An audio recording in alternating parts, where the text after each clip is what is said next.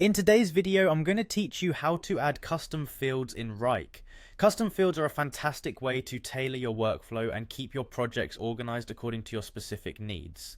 Whether you're tracking project status, deadlines, or any other customized metrics, adding custom fields can significantly enhance your project management experience.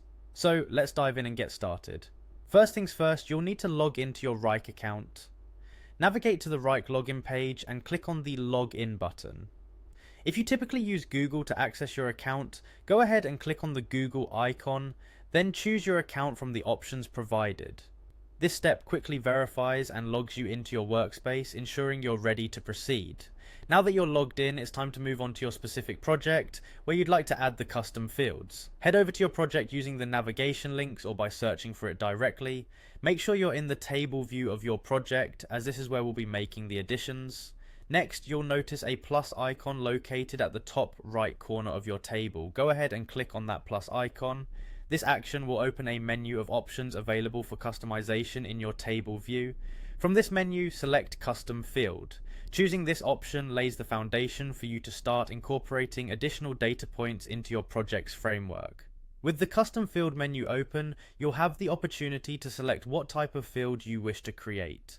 Wrike offers various types such as text, number, drop-down, and more depending on what best suits the information you need to track. Consider what kind of data you'll be inputting and choose a field type that complements it. Once you have selected the field type, it's time to give your new field a name. Type in a concise and descriptive field name that clearly indicates what the data represents. For instance, if you're tracking project phases, you might call this field Project Stage.